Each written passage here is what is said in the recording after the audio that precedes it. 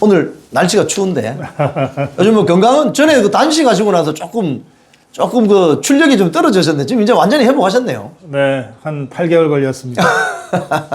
근데 좀 아시는 분들은 굉장히 빨리 회복됐다. 예.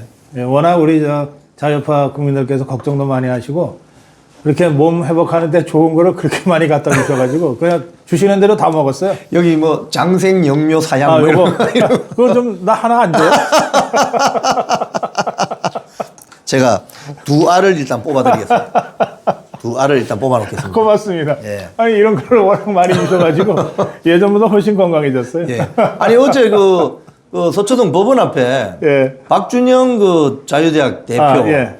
거기 이제 그 단식 들어가서 우리 박사님도 먼저 다녀가셨더라고요. 네, 제가 취재를 마치고 저는 또 국회 쪽에 신자유연대 집회 그 취재하러 예. 이동을 하려고 그러는데 우리 이영풍 대표 곧 오신다고 몇 분이 말씀하시더라고요. 근데 제가 이 국회 취재가 좀 빠듯해서 할 수 없이 자리를 먼저 떴습니다. 예, 이제 갔었는데 밤에 잘 지냈는지 모르겠네요. 거기가 대로변이잖아요. 예, 예, 대로변이에요. 그리고 뭐 무슨 텐트나 가림막도 없이 예. 그냥 그렇게 있어가지고 그 일산화탄소 배기가스를 어쨌든 흡입 안 할 수가 없잖아요. 아, 차들이 다니니까. 그래서 밤에 새벽에 예. 일산화탄소 중독 증상이 보였다는 거예요. 아, 그렇군요. 그러니까 이제 일산화탄소라는 게 뭐 사실은 이제 연탄가스죠. 예, 연탄가스. 옛날에 우리 연탄 떼고 살 때 연탄가스 중독 많이 있었잖아요. 그 증상이 좀 있어서 급하게 병원으로 후송이 됐는데 예.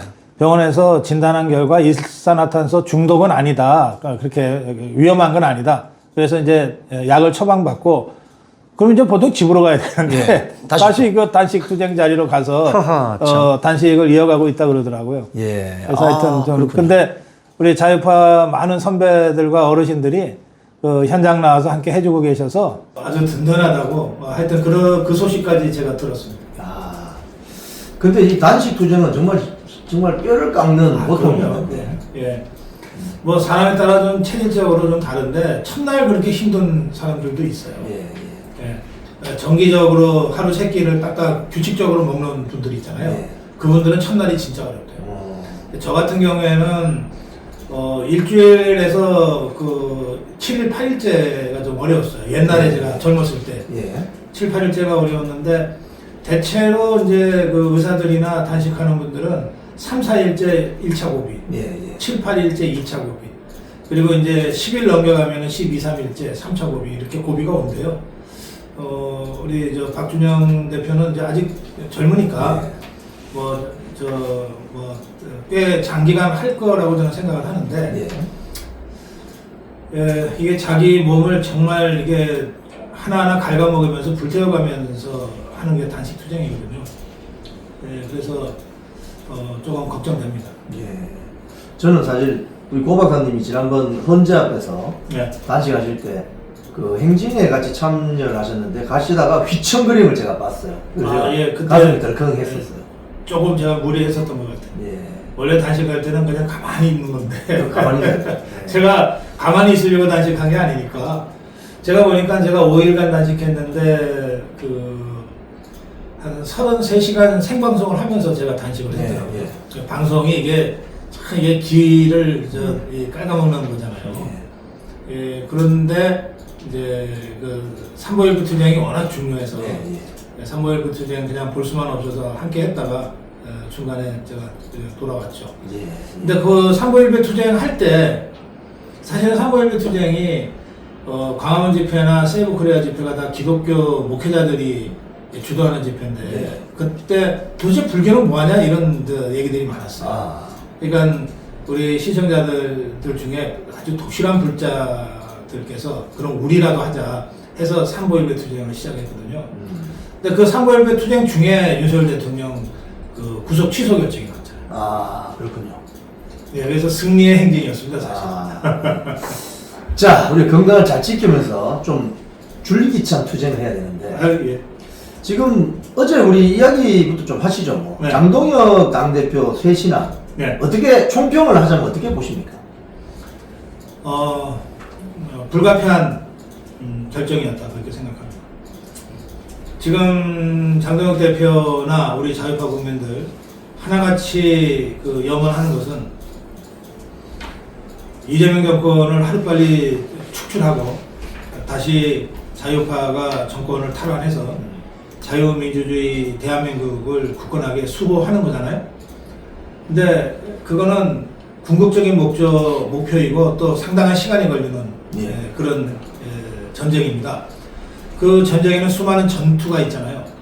그 전투 중에 굉장히 중요한 전투가 5개월 앞으로 다가왔습니다. 여기에 6.3 지방선거입니다. 그래서 이게 작년에 탄핵 국면에서 정말 창졸간에 치러진 대선, 우리가 선전했지만 졌잖아요. 그런데 그 10년 전에 박근혜 대통령 탄핵 상황을 보면 그 탄핵당하고 치러지는 대선에서 질 뿐만 아니라 그 이후에 1년의 선거에서 전부 다 참패를 합니다. 밀리죠. 예, 대선 지고 지방선거 참패하고 또 총선 참패하고 막 이렇게 되거든요. 그런데 그 10년 전의 사례를 보면 대선에서 지고 난 다음에 열리는 이번 6월 지방선거 있잖아요. 여기서 지면은 이제 10년 전처럼 똑같이 전철을 밟게 되는 거예요. 그렇군요. 그런데 만약에 여기서 우리가 6.3 지방선거에서 이긴다면, 이긴다면 불과 이재명 권력이 권력 탈취하고 나서 딱 1년째 되는 날에 지방선거를 치르잖아요. 거기서 우리가 이긴다면 1년 만에 탄핵과 대선 패배의 그 절대적으로 불리한 국면을 확 전환시켜 버릴 수 있는 거거든요. 역전시키죠. 그럼요. 6.3 선거에서 이기면 완전히 전국 주도권은 우리한테 오는 겁니다. 그 기세를 받아가지고서 총선 대선까지 진격해야 되거든요. 그런 의미에서 이번 6.3 지방선거는 수많은 전투 중에 하나이지만 그 수많은 전투 중에서 매우 중요한 전투다. 이를테면 우리가 6.25 전쟁을 역전시킨 두 전투가 있다면 낙동강 전선을 사수한 다부동 전투, 그다음에 인천 상륙 작전 전투 두 개잖아요. 그것도 전투 중에 하나예요. 그 수많은 전투 중에 굉장히 중요한 전략적 의미를 갖는 전투잖아요. 그러니까 6.3 지방선거가 그런 겁니다. 그래서 장동혁 대표와 지도부도 그렇고 우리 자유파 국민도 사실은 더 이상 밀릴 수 없는 벼랑 끝에서 이번 6.3 선거를 치러야 되거든요. 그러니까 이기지 않으면 다 죽는다는 각오를 해야 돼요. 그러면 이 지방선거에서 이기기 위해서 뭘 할 것이냐. 저는 이 두 가지를 하면 된다고 생각해요. 첫째가 우리 자유파 세력을 완전히 하나로 단일 전선으로 구축하는 거죠. 그게 먼저 선행돼야 됩니다. 그거는 장동혁 대표도 여러 차례 얘기한 바가 있어요. 그걸 사실은 어느 정도 해냈어요. 100만 책임다운 시대를 처음 열지 않았습니까? 그렇습니다. 100만 책임다운이 장난입니까? 이거는 그야말로 우리 자유파 국민들의 단일 대우가 구축됐다는 거잖아요. 그런데 이 자유파의 단일 대우 구축의 마지막 방점을 찍어야 될 일이 있습니다. 그게 뭐냐면 한동훈 배신자 세력 척결이에요. 맞습니다. 그리고 당내의 기회주의 기득권 세력을 척결하는 거거든요. 이걸 해야 자유파의 단일 전선이 완전히 구축되는 거예요.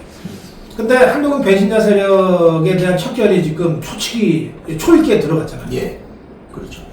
근데 이제 이게 한동훈 세력들도 뭐 발악을 하지만 이 사태를 바라보는 당내의 기득권자들 있잖아요. 뭐 4선, 5선, 6선 되는 것들.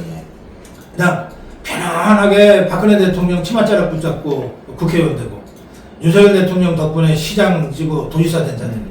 이런 자들은 자기네 밥그릇이 위협을 당하고 있다고 느낄 거예요. 그러니까 한동훈 척결이 곧 자기네들에 대한 척결로 나타날 거라고 보는 거죠. 그래서 장동혁 대표를 계속해서 흔들고 겁박하고 압박하고 협박해온 거거든요. 그 협박의 수단이 사과였어요. 사과였죠.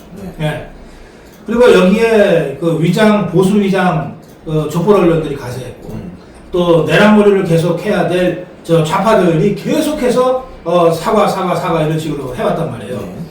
그러니까 이런 상태에서 우리 자유파 국민들의 그 기분대로 사과는 무슨 사과야. 그냥 우리는 대처, 그냥 단일 대우만 구축해서 가면 돼. 사실 이걸로는 선거에서 이긴다고 100% 자신할 수가 없어요. 어쨌든 단일대우 구축이 제일 중요한 선결 과제지만 이걸 한 다음에 뭘 해야 되냐? 이걸 한 다음에 외연 확장을 해야 돼요. 근데 이 외연 확장으로 가려고 할 때 바로 그 개혁 문제, 탄핵 문제에 대한 입장 정리가 걸림돌이 되는 거예요. 예. 그리고 그걸 붙잡고 저 좌파들이 보수 위장 족벌 언론들이 한동훈 배신자 똘마니들이 당내 기득권 세력들이 그냥 한동훈 장동혁을 이제 포위 공격했던 것 아닙니까?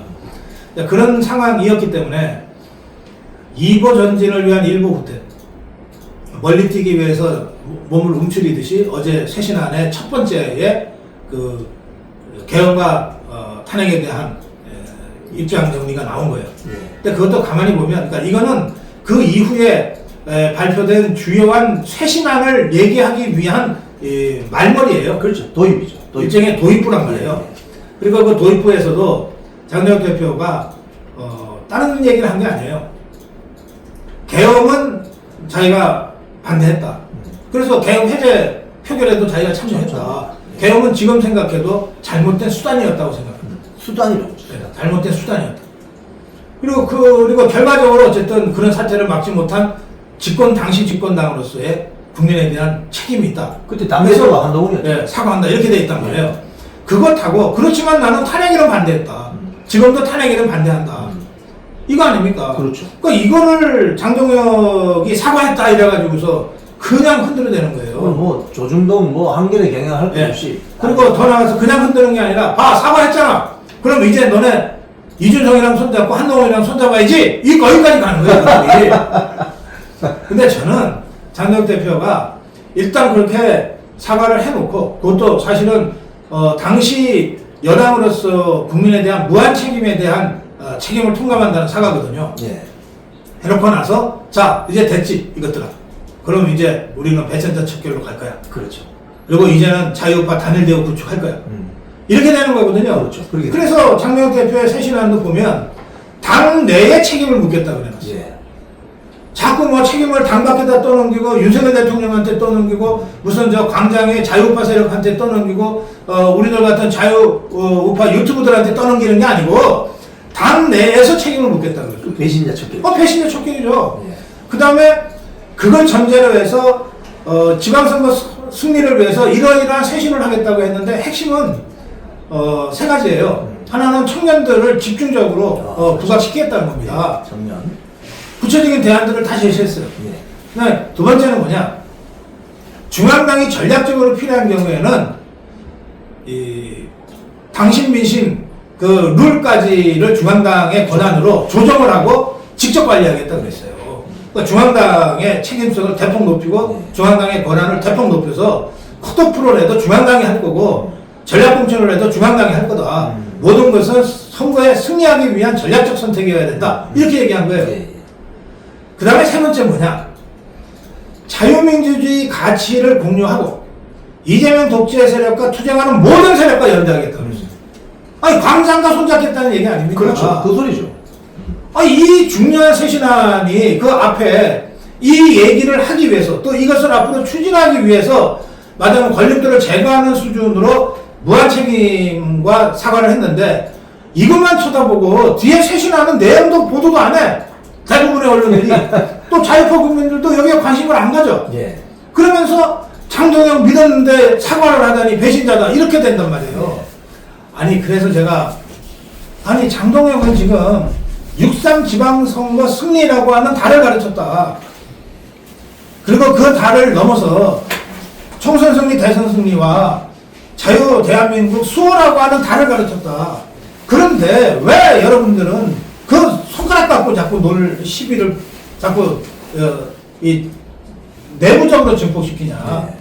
이거 이렇게 되면 좋아할 자들이 누가 있냐. 조금 전에 우리 이양콩 대표도 그런 말씀 하시면 이런 상황에서 장동혁 실망했다, 배신자다, 뭐 나 탈당하겠다고 하면은 탈당한다고. 회심의 미소를 지을 것이 이재명이에요. 그렇죠. 정청래예요. 네. 한동훈이에요. 오세훈이에요. 이준석이 되니까 81세의 그 할배들.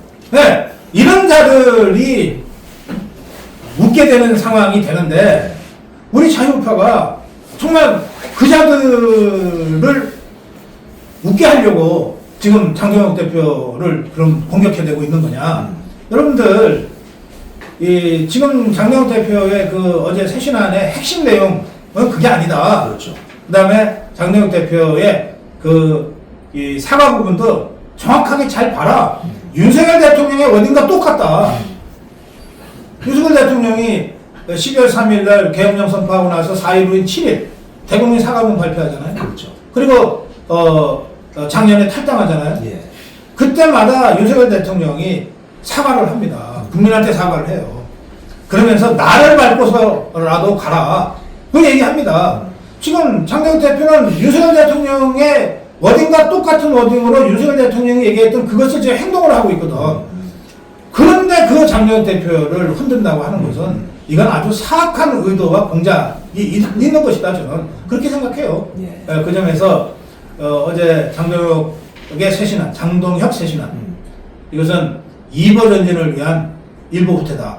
저는 그렇게 평가합니다. 예, 오늘 댓글 보니까 하루 사이에 우리 고 박사님 설명도 들어보고 또 여러 채널을 보니까 네. 오해가 많이 풀렸다 이런 댓글이 네. 많이 보이기 아이고, 시작합니다. 다행입니다. 밤새. 다행입니다. 예. 밤새. 자, 그런데 이제 그 장동혁 쇄신안의 주 골자 중에 올해 지방선거 승리를 위해서 네. 여러 가지 아까 우리 박사님도 말씀하셨는데 공천 비리 신고센터 만들겠다 이게 있거든요. 아, 있어요. 근데 이건 보면 지금 민주당에서 지금 김병기, 강성우, 김경 뭐 등등 나오는 저 완전히 그 복마전 같은 민주당에 네. 시의원 공천 받으려면 최소 1억 원 던져야 된다. 음. 뭐 이런 어떤 이제 그게 드러난 것이거든요. 여의도 문법과 상식으로 보면 예. 1억 싸게 한 거지. 싸게 한 거죠, 그러니까. 그래서 여기에 대해서 아주 전곡을 찌르는 공천 비리 신고센터 활성화하겠다. 근데 솔직히 지금 전국주사파들 더불어민주당이 훨씬 심하지만 예, 예. 국민의힘은 그러면 정말 순결하고 깨끗하냐? 아유 그렇게 큰 소리 칠 처지가 못 되죠. 그렇죠. 그리고 이 공천비리라고 하는 게 진짜 제일 원시적이고 수준 낮은 게 현금 갖다 주고 공천 받는 거예요. 네. 또 김경희가 했듯이. 예, 예. 또 김병기가 그 밑에 구의원, 시의원들한테 그렇죠. 했듯이 그런 거예요. 그거는 제일 저질이고 수준이 낮아. 그게 아니고 공천을 주면 뭔가 제3자를 통해서 또는 쓰리쿠션을 통해서 다양한 형태로 뭔가 상납이 있어요. 근데 그게 너무 간접적이고 너무 세련돼가지고 잘 찾지 이게 잘 드러나지가 않을 뿐이에요. 그러니까 이게 돈 갖다 주면 뇌물이고 물건 갖다 주면 뇌물이 아닙니까? 돈 갖다 주면 뇌물이고 자리 갖다 주면 뇌물이 아니에요? 그러니까 저 좌파 것들은 이미 그런 이 부패 커넥션에 거의 완전히 다 함몰이 돼 있어가지고 예. 그래서 당 전체를 특검해야 된다는 거예요. 근데 우리 국민의힘은 그보다는 좀 덜해요. 덜하지만 여기도 낡은 기득권 가지고서 온갖 갑질한 것들이 있고 아니 이혜원이 갑질 그게 저 국민의힘 우리 우파 쪽에 있을 때 한 게 갑질 아닙니까? 그렇죠. 네. 그래서 이 부분에 대해서는 이 기득권자들 있잖아요. 당내에 4선 이상은 다 기득권이라고 저는 생각합니다. 아니 4선 이상이라고 하는 게 국회의원을 시작했다면 언제 했겠어요? 12년 전에 했을 거 아닙니까? 그렇죠. 그럼 12년 전이 누구 때입니까? 박근혜 대통령 때잖아요. 그러니까 4선 이상은 다 박근혜 대통령 치맛자락 붙잡고 그냥 이렇게 쫓아가갖고서 배치난 것들이에요. 그래서 윤석열 대통령 때 시장, 도지사, 군수들 거의 대부분 윤석열 대통령 바지가랑 붙잡고 이 시장도 되고 도지사도 된 거 아니에요? 그렇죠. 그 여세를 몰아가지고. 이렇게 해서 지는 이 헌신, 투신 무슨 이런 거 하나도 없이 줄 잘 서가지고 박근혜 대통령 덕분에 윤석열 대통령 덕분에 4선 되고 5선 되고 도지사 되고 시장 되고 이런 것들이거든요. 이런 자들이야말로 진짜 고질적인 기득권자들이에요. 그리고 철저하게 기회주의자죠. 지 배지 한 번 더 다는 거 말고는 배는 게 없는 것들이야. 그러니까 내가 지난번에 박근혜 대통령 배신하고 탄핵했을 때 예. 그때 저들이 나가서 만든 게 바른정당이잖아요. 예. 바른정당 거기에 초선 재선들은 없어요 거의. 전부 4선, 5선, 6선들이야. 그것들 선수를 다 합치면 그때 30 몇 명인가 그랬는데 당에 그러니까 한 90 몇 명이 남았어요. 예. 그 30몇 명의 선수 합친 거가 남아있는 그 당시 자유한국당의 90여 명의 국회의원 선수보다 더 높아. 재산이 갖고 있는 재산 평균도 이쪽보다 그쪽이 훨씬 높아요. 완전히 기득권이에요. 그야말로 기득권에 정권을 거치면서 단물 빨아먹던 것들이 다 배신지라고 이랬단 말이에요. 예. 또 한동훈만 해도 그렇잖아요. 이게 아직 뺏지는 한 번도 못 달았지만 그건 뭐 수준이 그러니까 신뢰율이니까. 예. 근데 이자가 윤석열 정부 때 최대의 수혜자 아닙니까? 엄청 잘 나갔죠. 아니 한동훈 이상으로 윤석열 대통령의 특혜를 많이 받은 자가 있나요? 아니 그런 자가 배신하잖아요. 예. 그리고 지금 4선 이상의 이 기득권자들 중에서 지금 이 장동혁 대표에 대해서 끊임없이 이 견제를 하고 뭐 70, 30은 아니지, 예? 50, 50으로 해야지 뭐 이렇게 얘기하는 것들이 있잖아요. 점잖게 저 오세훈이 같은 자들. 아니 이자 우리 자유우파 정당으로부터 얼마나 많은 특혜를 받았습니까? 맞습니다. 네. 심지어 멍청한 짓 해갖고서 서울시장 박원순이한테 헌납한 후에도 우리 자유파 국민들이 용서를 해줬어요. 맞습니다. 네. 그래서 다시 서울시장 기회까지 줬잖아요. 아니 이런 것들이 대놓고 지금 장동혁 대표 어떻게든 제껴보려고 하고 있잖아요. 예, 예. 그렇기 때문에 저는 이번 사태 이 장동혁 쇄신안 발표를 계기로 해서 진짜 우리들 안에서 적군이 누군가, 우리들 안에 적이 누군가에 대해서 정말 경각심을 가지고 좀 제대로 봐야 된다. 누가 장동혁을 공격하는가 그걸 보면 안다. 네, 그 말씀을 좀 드리고 싶습니다. 지금 사실은 우리 박사님 정치평론 거의 뭐 10수년 하셨기 때문에 박근혜 대통령 탄핵됐을 때 그때 하고 지금 윤석열 대통령 탄핵됐을 때 최근 상황에서 박근혜 대통령 탄핵됐을 때 소위 말해서 이 사태를 수습하는 과정에서 그 당시에 장동혁 같은 인물이 없었던 거죠. 없었죠. 그때하고 이런 어떤 차이가 있습니까? 그 10년 전과 2년 전 상황에서 세 가지가 달라요. 예. 첫째는 뭐 나름 다 사정은 있었겠지만 예. 박근혜라는 정치 지도자와 윤석열이라는 정치 지도자가 탄핵 사태에 대응하는 태도가 달라요. 아. 그러니까 박근혜 대통령은 뭐 당시에 뭐 탄핵은 절대 없을 거다라고 하는 측근들의 보고를 받고 철수같이 믿었다는 거 아니에요? 그래서 그랬겠지만 헌재에 아예 나가지를 않잖아요. 재판에. 그리고 어떠한 메시지도 공개적으로 내질 않잖아요. 좌파급들이 언론 동원해갖고서 사과하라 해서 사과만 한 서너 번 하고 끝났어. 기자회견식을 했죠. 네. 사과한 거 말고 박근혜 메시지라고 우리가 기억할 만한 게 하나도 없다니까요. 반면에 윤석열 대통령은 어떤 이 자유파 정치인보다도 더 분명하게 더 자주 대국민 메시지를 계속 내왔잖아요. 지금도 내고 있어요. 이게 달라요. 그러니까 정치 투쟁을 할 때 그 지도자는 뭘로 싸우냐? 칼 갖고 진짜 싸웁니까? 식칼 들고 싸워요? 아니잖아. 메시지로 싸우는 거거든. 메시지 갖고 깃발이 되는 건데 10년 전에 박근혜 대통령은 메시지를 내지 않았어요. 예. 그런데 지금 윤석열 대통령은 끊임없이 메시지를 내고 있어요. 이게 제일 중요한 차이예요. 예. 그러니까 메시지를 내지 않는 박근혜 대통령을 중심으로 모이기가 어렵잖아요. 그렇죠. 그래서 일패도지 그냥 지리멸렬해버린 거예요. 그런데 윤석열 대통령은 메시지를 끊임없이 내니까 그 메시지를 중심으로 자유파가 다시 재정렬하게 된 그렇죠. 거죠. 그리고 그 메시지를 보고 그동안 정치에 관심 없던 1, 2, 30 세대가 개몽되기까지 했어요. 그렇습니다. 맞습니다. 네, 이게 제일 중요한 차이예요.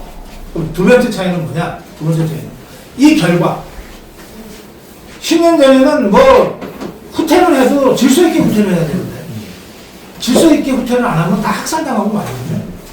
그런데 10년 전에 박근혜 대통령 때는 질서 있는 후퇴를 못했어요. 그래서 결과적으로 사령관의 메시지가 없으니까 깃발이 없으니까. 동으로 가라든지 서로 가라든지 후퇴다 중단이다 전진이다 아무것도 없으니까 전부 뿔뿔이 흩어져서 각자 도생할 수밖에 없었고 예. 그래서 거의 다 학살당해 버렸어요. 예. 근데 윤석열 대통령은 메시지를 딱 들고 깃발을 드니까 후퇴를 해도 질서 있게 하게 된 거예요. 후퇴를 해도 질서 있게 하는 거예요. 그 결과가 어떻게 되냐?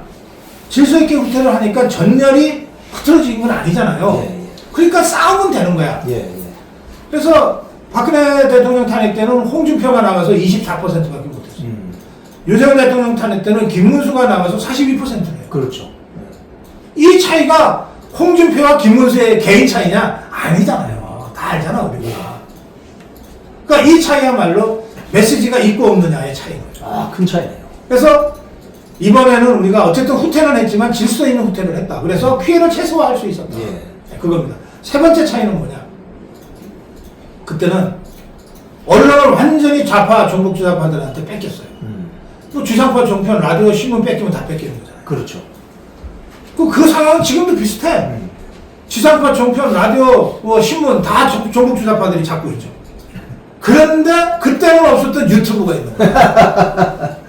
아니 물론 천만다행입니다. 네, 물론 박근혜 대통령 탄핵 때도 뭐 유튜브 막 초기에 초기죠. 한두 사람이 하긴 했어요. 그런데 그건 뭐 유튜브라고 할 수도 없죠. 근데 지금은 저 종북 수사파들이 장악한 기성 언론들 있잖아요. 네, 낡은 미디어들, 올드 미디어들 전부를 합친 것과 맞짱 뜰 수 있는 자유파 유튜브가 생긴 거예요. 그렇죠. 네. 실제로 그 얼마 전에 언론진흥재단에 그 수용자 조사 그 보고가 나왔어요. 아, 그렇군요. 예, 수용자 조사 보고가 나왔는데 보니까 2023년, 24년, 25년 이렇게 추세 조사를 했더라고요. 네. 신문 열독률이라고 하는 게 있는데 있죠. 그게 한 자릿수로 떨어졌어요. 뚝 떨어졌을 거예요. 한 자릿수. 8% 뭐 8.6인 거예요. 예. 근데 제가 요번에 그 조사를 보면서 저도 처음 알았어요. 신문 열독률의 정의가 어떻게 되는지 아세요? 모르죠. 모릅니다. 뭐냐면 일주일간 예. 어떤 신문이든 신문 기사 한 건만 읽으면 열독률로 계산되는 거예요. 이야, 그 완전 헛수인데. 아니 그러니까 그 8%라는 거 안 본다는 아니 거예요. 분이 이런 조사를 받아 있어 했는데 그런 조사에서조차 8%밖에 안 나요. 안 본다는 소리죠. 네, 대신에 영상 포털이 예. 압도적으로 비중이 높은데 그 영상 포털에 제일 비중이 높은 게 유튜브예요. 영상 포털 중에 92%가 유튜브예요. 예. 그게 30%가 넘어요. 이야, 그러면 엄청난 차이네요. 그러면 이제 조중동 보고 무슨 세상을 이해하는 사람들은 거의 없어진 거 아니에요. 예. 대신에 유튜브가 그 자리를 차지하고 있잖아요. 예. 그 유튜브가 10년 전에는 없었는데 지금은 있다는 거예요. 큰 차이네요. 그 세 가지 결정적 차이가 있습니다. 예.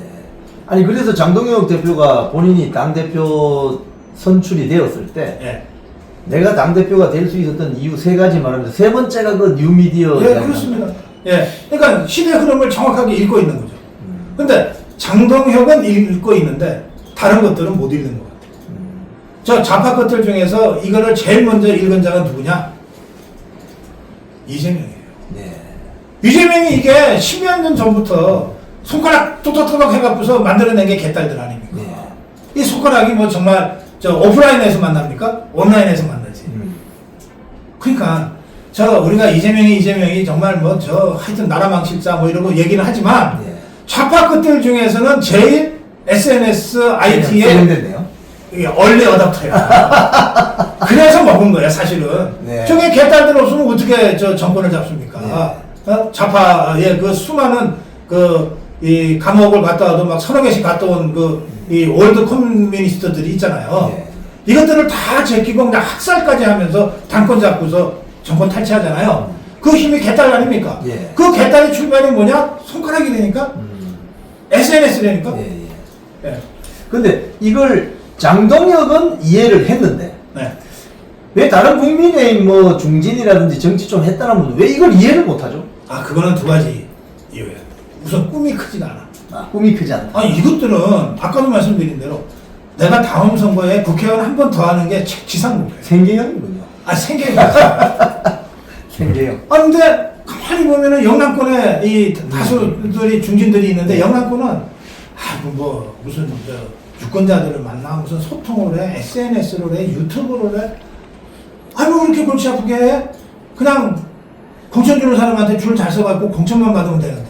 계산이 이런 거 아니에요? 그렇죠. 이것들이 그러니까 영남권에 한 67명인가 국회의원 있잖아요. 네. 국민의힘에 이것들 평소에 지역구 활동하는 자들 거의 없어요. 안 한다니까. 심지어 지역구에 경조사도 잘 안 챙겨. 아니 공천 받아오면 되는데 뭐 지금들이 어떻게 할 건데. 이런 거잖아요. 네. 또 그 영남권 지역의 유권자들을 보면 그럴만해. 뭐냐면 공천 받고 오라. 그럼 찍어줄게. 다들 또 그렇게 생각들. 그렇게 생각하죠. 네. 그렇게 말들을 한다니까. 다 그렇게 말하더라고요. 뭔가 이 철옹성 같은 이 기득권 5선 6선들한테 도전을 하기 위해서 신인이 나가. 그래서 야 열심히 유권자들을 만나. 그러면 유권자들한테 돌아오는 답이 뭐냐? 19명의 유권자는 하여튼 알겠어요. 참 좋은 분 같은데 하여튼 공천 받고 오세요. 이렇거든. 그러니까 이거를 저 기득권자들이 많이 알잖아요. 그러니까 내가 평소에 시간 들여, 돈 들여, 몸 데려가면서 내가 지역구 활동할 게 뭐 있냐. 어차피 공천은 중앙당에서 이루어지는데 당대표 바짓가락이만 잘 잡고 있으면 되지. 라고 생각하는 거예요. 그러니까 SNS는 관심도 없어요. 세상이 어떻게 돌아가는지 모른다니까? 그게 첫 번째. 예. 그러니까 이 목표가 크지가 않아. 예. 그냥 오로지 다음 선거만 생각하니까. 생계형. 예, 생겨요. 그 다음에 두 번째는 무식해. 무식해. 뉴미디어의 무식하다. 무식하다니까. 예. 아니, 근데 뉴미디어라고 하는 거, 그냥 무슨 IT 전문 기술이 있어야 되는 게 아니잖아요. 그렇죠. 저는 아직도 컴맹이에요. 저는 뭐 제 전화기 갖고 다니지만 전화하고 전화 받는 거 말고는 거의 제가 쓸 기능을 몰라서 못 써요. 그래서 뭐 이상하게 무슨 저 문자나 이런 거 보면은 무슨 앱을 깔아라 막 이러잖아요. 네. 저는 못 깔아서 못 봐요. 예. 그러니까 저 완전 컴맹이라니까요. 네. 이 컴맹 저도 기술이 중요한 게 아니고 시대의 흐름이 뉴미디어로 가면 뉴미디어를 할 수 있는 거 아니에요. 그렇죠. 할 수 있는 거죠. 예. 그러니까 저는 무식하지는 않아. 기능이 없을 뿐이지 세상이 어디로 갔는지는 제가 알고 하는 거야. 그런 건 알고 이것들은 그 지식과 그 추세의 트렌드에 대한 이 통찰이 없어. 무식한 거야. 그러니까 안 하는 거예요. 지금 보면은 민주당 국회의원들 같은 경우에 보면은 유튜브에 아주 자주 출연하잖아요. 아, 그것도 알지 그래. 심지어 저 김어준한테 같은 거 절도 하고 이러지 않습니까? 네. 그 정청래 같은 경우는 또 자주 출연을 해요. 네. 근데 이 국민의힘 국회의원들은 굉장히 둔감한데 이거 어떻게 해야 됩니까 이거? 어떻게 교육을 네. 시켜야 됩니까? 어떻게 해야 됩니까? 지난번에 우리 전당대회를 하면서 이 장동혁 대표를 비롯해서 그 국민의힘의 그 주요 정치인들이 아 이게 뉴미디어 시대구나. 예.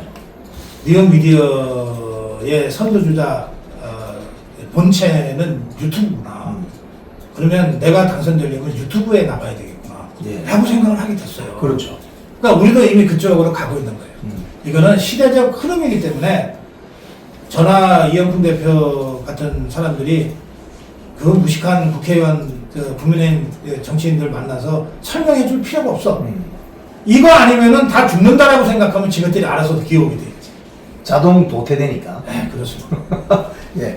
지금 어제 장동혁 대표 새신안 발표 네. 이후에 말씀하신 것처럼 자유우파 지지자들 또는 자유우파를 가장한 또 한파 세력들 많이 섞여 있잖아요. 아이고, 그 분탕들이 많더라고. 예. 그러면서 좌익 진영에서 나타나는 제가 대표적인 현상을 그분들에게 설명을 하는 과정에서 어떤 게 있었냐면 정청래가 네. 이해운, 지명한 이재명 대통령 밀어주자 이렇게 이야기를 하고 또 김병기의 저 공천헌금은 시스템 문제가 아니고 휴먼 에러다. 개인 문제다. 예. 개인의 일탈이다 이렇게 해석을 하잖아요. 예. 그래서 저는 그걸 보면서 제가 만약에 좌파 유튜버였다면 야 정청래 저 애국자네. 우리 좌파 진영의 아주 이해관계를 정말 잘 지켜주는 정말 선수네. 근데 우파 진영에는 그런 정치인들이 잘 안 보입니다. 그러니까 이 네오마르크시스트 정치학 이론이 있어요. 예. 그게 이제 1980년대 이후에 그 좌파 정치학의 주류가 됐는데 그 네오마르크시스트 정치학에서 그 핵심이 뭐냐면 국가의 상대적 자율성이에요. 상대적 자율성. 요거 제가 짧게만 설명드릴게요. 예. 예전에 칼 막스가 자본론 쓰고 커뮤니스트 매니페스토 얘기할 때는 국가는 자본가의 집행위원회다 이렇게 규정을 했어요. 그러니까 국가는 아무것도 아니라는 거야. 자본가가 메인이고 자본가들의 이해를 실현하기 위한 수단 도구에 불과해. 그 집행위원회야. 이렇게 얘기한 거예요. 그래서 심지어는 이 좌파 정치학자들 중에는 그냥 그 칼 막스의 그 말을 그대로 받아서 국가는 도구야. 도구는 분석할 필요가 없어. 쓰면 돼. 요 자본가들만 잘 분석하면 돼. 예. 이렇게까지 가요. 예. 그런데 네오마르시스트들이 나타나서 그거 아닌 것 같아요. 라고 하면서 새로운 좌파 이론을 정립하는데 뭐냐? 이거 중요합니다. 자본주의 국가는 자본가 개개인의 이익을 위해서 봉사하는 게 아니라 자본주의 체제의 지속 가능 재생산을 위해서 존재하는 거예요. 그런데 자본주의 체제 전체를 재생산하려다 보면 국민들의 지지를 계속 받아야 되는데 개 중에 자본가들 중에는 나쁜 도둑놈도 있고 사기꾼도 있고 진짜 파렴치한 자들도 있어. 이것들까지 다 자본가라고 해서 우리 국가가 보여주려고 그러면 우리 국가 전체가 무너지는 수가 있어. 그때는 이것들을 척결해야 돼. 그래서 자본주의 국가는 자본가 계급의 이익에 봉사하지만 자본주의 체제 전체를 지속 가능하게 하는 게 더 중요한 임무이기 때문에 자본주의 체제의 지속 가능성을 위해서 필요할 때는 개별 자본가들은 척결해버릴 자유가 있어. 그게 상대적 자율성이에요. 그렇군요. 상대적 자율성. 네, 그렇죠? 예. 그럼 이재명이나 정청래나 지금 이제 말씀을 하셨으니까 보면 종북주사파 전체의 이해를 위해서는 김병기 하나는 잘라도 돼. 자를 수 있는 상대적 자율성을 발휘해야 돼. 그 원리거든요. 예, 그거 하는 거예요, 이것들이. 예. 강성호 하나는 잘라도 돼. 예. 그럼 이게 어디로 가냐? 북한 수령론으로 가는 거지. 대가리 하나만 남아있으면 우리는 안 죽어. 이 대가리 수호를 위해서는 팔다리 다 잘라도 돼. 이게 수령론이잖아. 예, 그렇죠. 이 수령론, 마지막까지 지켜야 될 이 수령, 이 몸의 대가리에 해당되는 수령. 이게 김일성이고, 김정일이고, 김정은이라는 거 아니에요. 그렇죠. 요것들만 살아서 생존하면은 우리 체제는 안 죽어. 이거 아닙니까? 그러니까 나머지는 다 팔다리지. 다 언제든지 필요하면 잘라도 되는 거지. 그러면 정청래는 지금 그 얘기가 이재명이 대가리라고 보고서 그 얘기 하는 거거든. 그렇죠. 수령론. 이혜훈이를 우리 대가리가 임명을 했어. 그러니까 수호해야 돼. 그런데 김병기는 가만히 놔두면, 강선우는 가만히 놔두면 우리 대가리인 이재명이한테 부담이 될 수도 있으니까 잘라야 돼, 이거 아닙니까? 그렇죠. 상대적 자율성. 그렇죠? 예. 예. 그러면 김정은이한테는 과연 이재명이 대가리겠느냐?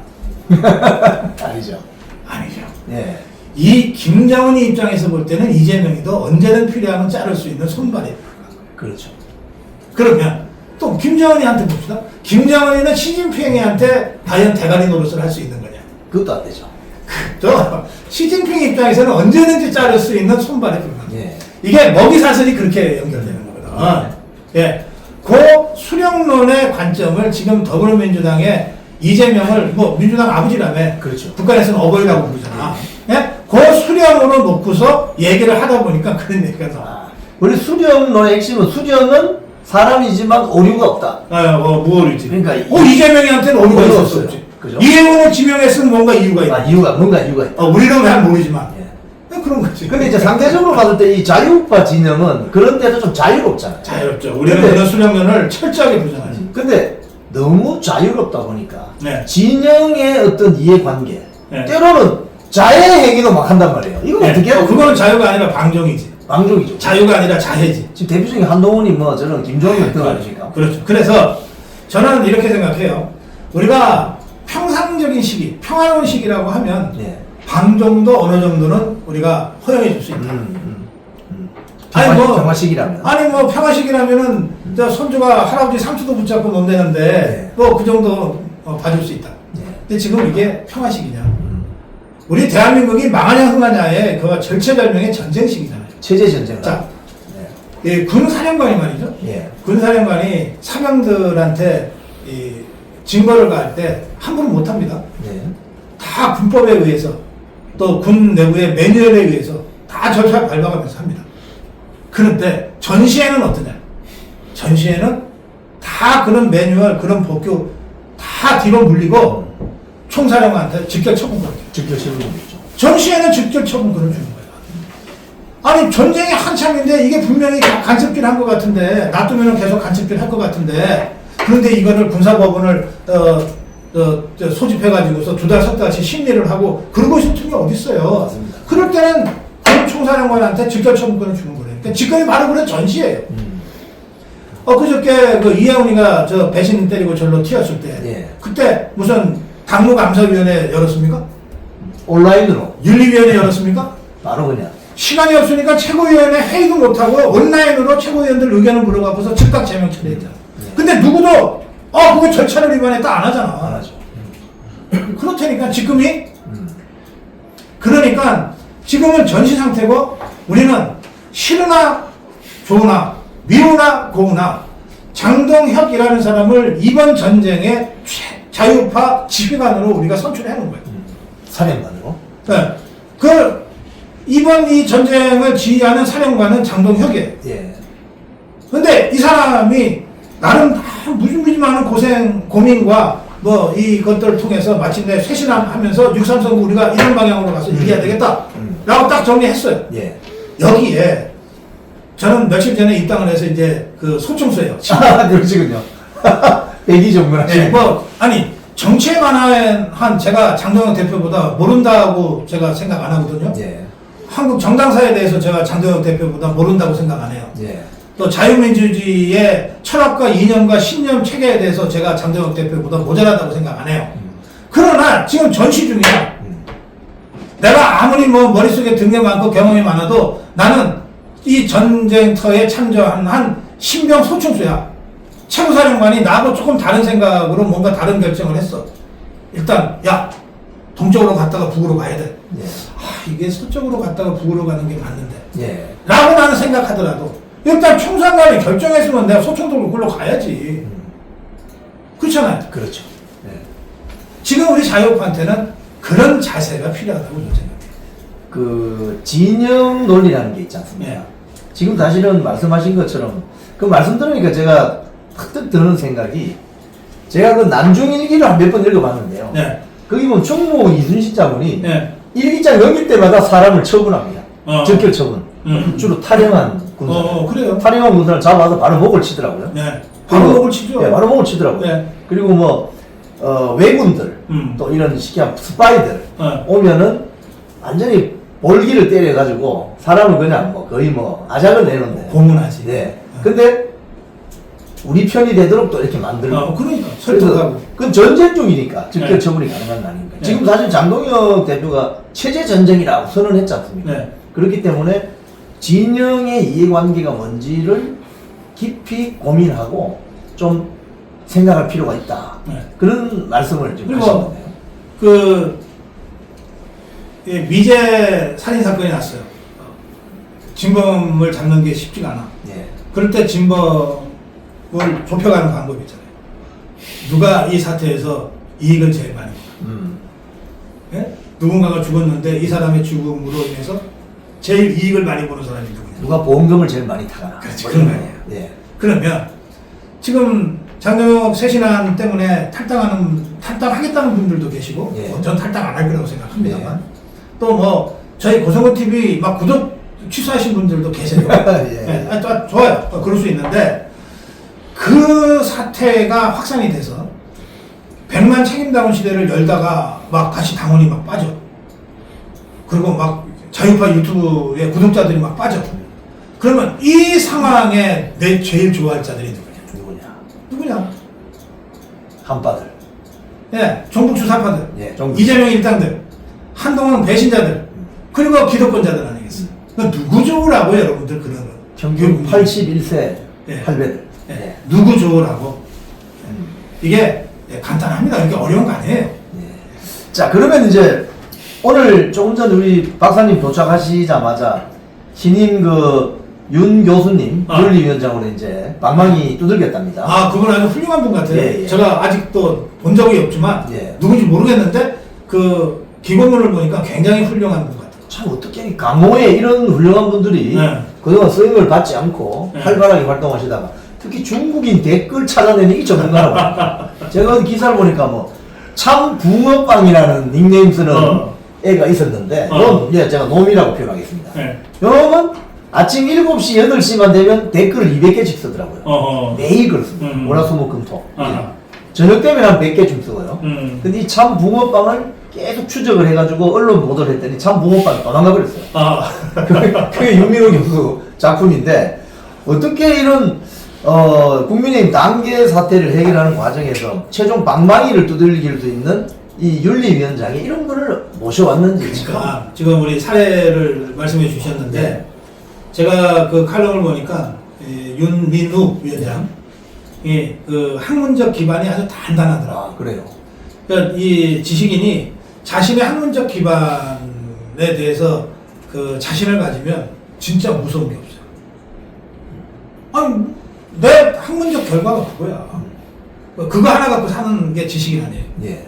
단단해요.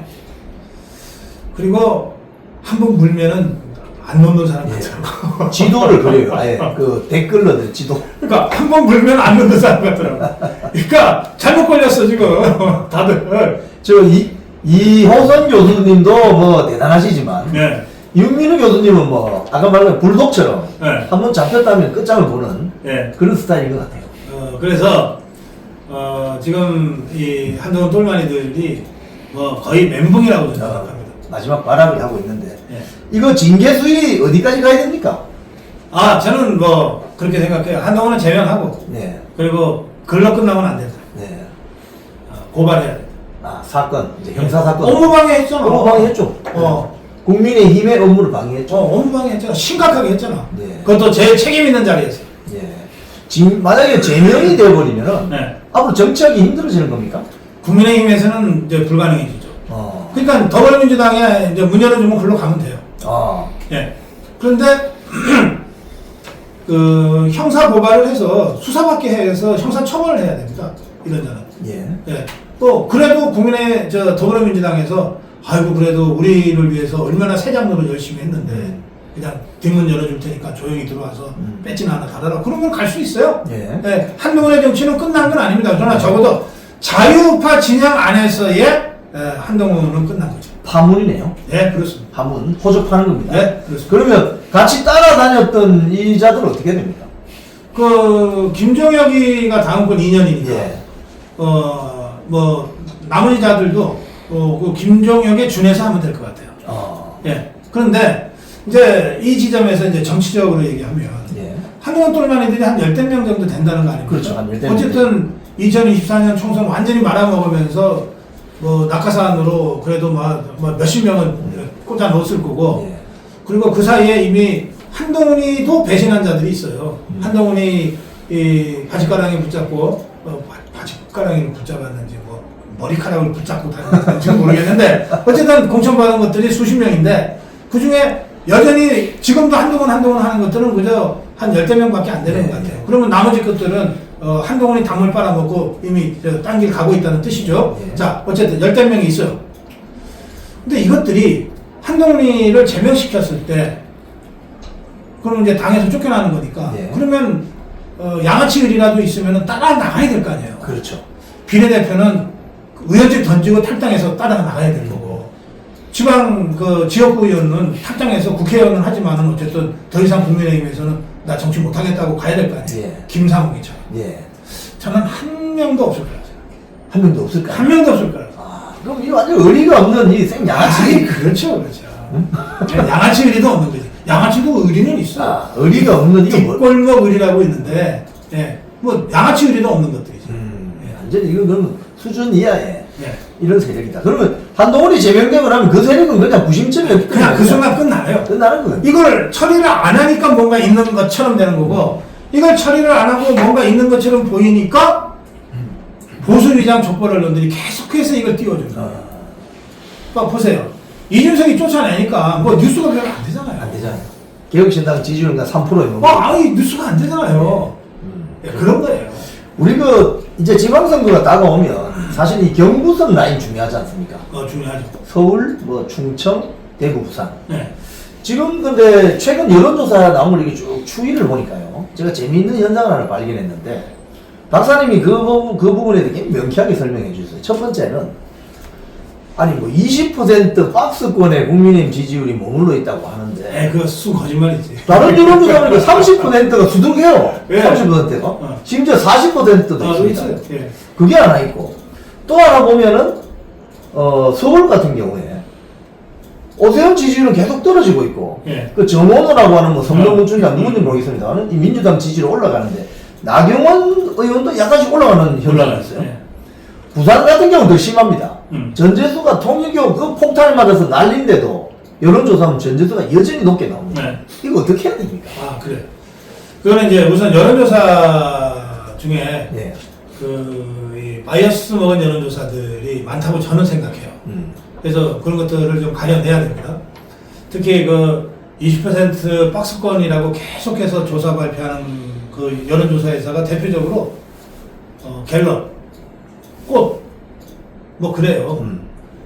그러니까 저는 그런 여론조사는 저는 안 봅니다. 예. 여러분들한테까지 보지 말라고는 제가 말씀 안 드리겠는데 저는 볼 이유도 없고 가치도 없어서 안 봅니다. 예. 그런데 30%대로 조사대에서 발표되는 여론조사는 굉장히 많은 여론조사, 다양한 여론조사에서 조사가 그렇거든요. 네. 자, 그래서 여론조사는 그렇게 좀 보시라고 말씀드리고 싶고, 예. 서울 경우에는 뭐 짧게 말씀드리면 서울은 우리 자유파 진영의 뭐 오세훈이다, 뭐 오세훈이 자유파 맞는지 모르겠네. 여론조사에서는 그렇게 분류를 해요. 예. 그러니까 오세훈이, 나경원이 뭐 이렇게 하고 예. 합산하잖아요. 예. 예. 그다음에 저쪽에 좌파 것들 중에는 뭐 정모식이하고 뭐 박주민 뭐 어쩌고 저쩌고 예. 합산하면 우리가 이겨요. 전체 합산을 해보면. 합산하면 우리가 이겨요. 그럼 후보 단일해야 되겠다. 당연하죠. 근데 우리는 어차피 한 명 나가게 돼 있으니까. 그러니까요. 단일화 할 필요도 없어요. 그냥 한 명 나가면 이기는 거예요. 저는 누가 나가도 이긴다고 봅니다. 누가 나가도 이기는데 이런 점이 있어요. 선거라고 하는 게 수비를 하는 선거는 힘들어요. 재미가 없어요. 예. 공격을 하는 선거가 재밌어요. 쉽거든요. 예. 그런데 오세훈이 나가면 수비해야 돼요. 수비해야 돼요. 사실은 우리가 이재명 잡고 심판하자 이러면서 공격하면서 선거를 해야 되는 판에 서울만 오세훈 지키자고 수비 선거를 해야 돼. 안 맞잖아요, 이게. 투표장에 나가고 싶지 않아요. 그런데 나경원이든 누구든 새로운 인물이 나가면 지켜야 될 이유가 없잖아요. 오히려 좌파 것들이 지금 준비하고 있는 건 주로 오세훈 공격일 텐데 오세훈이 없어졌는데 오세훈 공격 가지고서 선거한다는 게 웃기잖아요. 그렇죠. 저것들을 웃기게 만들 수 있어. 그러면서 우리 쪽에 새로운 후보 나경원이 이재명을 직접 공격하는 거예요. 그거에 있어요. 무슨 이재명 똘마니 들하고 싸울 거 뭐 있어요. 예. 네. 그렇게 하면 압승한다고 좀 봅니다. 예. 부산도 똑같아요. 예. 부산도 전체적으로 보면 우리 쪽이 합치면 훨씬 높아요. 많죠. 예. 그런데 이게 박형준이가 약하고 뭐 또 뚜렷한 지금 출마자들이 없는 상태가 되기 때문에 지지율이 잘 안 나오는 거예요. 출마 선언도 안 했는데 사람 이름 집어넣는다고 해서 지지율이 바로 나옵니까? 예, 그래서 그런 거 일시적인 현상이고 예. 저는 출마자가 나오고 또 경선을 통해서 박형준이가 잘리고 새로운 누군가가 후보가 딱 들었으면 난 그 후보가 뭐 압도적인 승리할 거라고 생각합니다. 그렇다면 박수영이 지금 출마를 마지막 그 고심을 하고 있다고 그러는데 박수영 내면 무조건 이겨요, 제가 보기에. 예. 예, 그렇습니다. 예. 그 다음에 또 한 군데 충청지요? 충청. 저는 충청은 제가 여러 차례 말씀드렸지만 그 장동혁과 함께 간다고 봐요. 그렇죠. 장동혁이 충청 출신이니까. 그럼 예. 이게 영남권 분들한테는 실감이 잘 안 될 거야. 왜냐하면 뭐 뽑하면 영남 출신이니까. 박정희 대통령, 뭐 전두환 대통령, 노태우 대통령, 뭐 이명박 대통령, 박근혜 대통령 다 영남이잖아요. 그래서 영남에서는 대선 후보 나타났다는 게 별로 새롭지가 않아. 근데 충청은 지금껏 충청 대통령은 한 명도 없었어요. JP가 한번 도전해 보셨는데. 네, 그거 잘 안 됐잖아요. 안 되죠. 윤석열 대통령은 그 부친이 충청도 분이라는 거지 충청도에서 뭐 학교를 다녔거나 뭐 이런 게 아니에요. 아니죠. 그런데도 충청 바람이 꽤 불었거든요. 깨부르죠. 근데 장동혁은 뼛속까지 충청도야. 네. 보령입니다. 예, 마찬가지 충청도야. 예, 국민학교 때 뭐 수십 리길을 걸어 다니는 네. 그 깡촌에서 살아서 여기까지 온 거 아니에요. 지역구도 보이고. 그러니까 충청도 분들, 다른 지역은 이렇게 생각하기 어려운데, 워낙 뭐 우리 지역의 국회의원, 우리 지역의 대통령 후보 나오는 게 뭐 한두 번이야? 이러고 말 건데, 그렇죠. 네. 충청도는 다르다니까. 그리고 장동혁이 지금 여야 대권 주자들 다 합쳐서 1등을 지금 몇 달째 계속하고 있잖아요. 예. 그러니까 충청도 분들 입장에서는 아무 생각 없다가도 그 자편향 여론조사건 무슨 여론조사건 간에 장동혁이 1등이잖아요. 그거 보면 야 장동혁이 대통령감인가 봐. 그 순간 충청권이 쫙 모이게 돼 있어요. 그러니까 수십 년 만에 충청 대망론을 충청도민들이 체감하면서 지금 바람을 불러 일으키고 있는 중이에요. 그러니까 그 충청 대망론을 현실화시키려면 선거에서 이겨야 될 거 아니에요. 이겨야죠. 네. 무조건 충청에서는 장동혁이 공천하는 사람 지사 만들고 시장 만들어야지. 이런 바람이 한 달 전부터 바닥에서 불기 시작했어요. 그래서 저는 충청권은 걱정도 안 해요. 이게 이제 완성이 되면 경부선 라인은 접수가 되겠네요. 그렇습니다. 네, 우리 오늘 박사님 모시고 이거 뭐 말씀 나누다 보니까 1시간이 훌쩍 빨리 지나가 버립니다. 아, 그래요? 예, 1시간이 지났습니다. 우리 박사님 가시기 전에 제가 시청자님들께 부탁 말씀 좀 부탁을 드리고, 제가 가실 때 네. 아까 그 제가 두 알만 드리니까 너무 아쉬운데요. 예. 한 박스를 따로 챙겨드리겠습니다. 좋아하면 돼요. 시간 나실 때 우리 시청자님들께 한 말씀 부탁드리겠습니다. 여러분, 장생 영묘사양. 영묘가 무슨 뜻이에요? 이게 저도 잘 이해가 안 됩니다. 영험하고 아주 신묘한 그런 뜻 같은데, 예, 사양, 예, 잘 먹겠습니다. 여러분들이 그래도 고성고기를 가끔 불러달라고 요청하셔서 제가 이렇게 나온 결과 이렇게 좋은 이 음식도 제가 얻어가게 되는 것 같습니다. 이건 약이 아니고 건강식품이죠. 예, 건강식품입니다. 예, 장생, 영묘, 사향 잘 먹고 다음 주에 더 건강한 모습으로 여러분 뵙겠습니다. 고맙습니다. 네, 감사합니다. 네.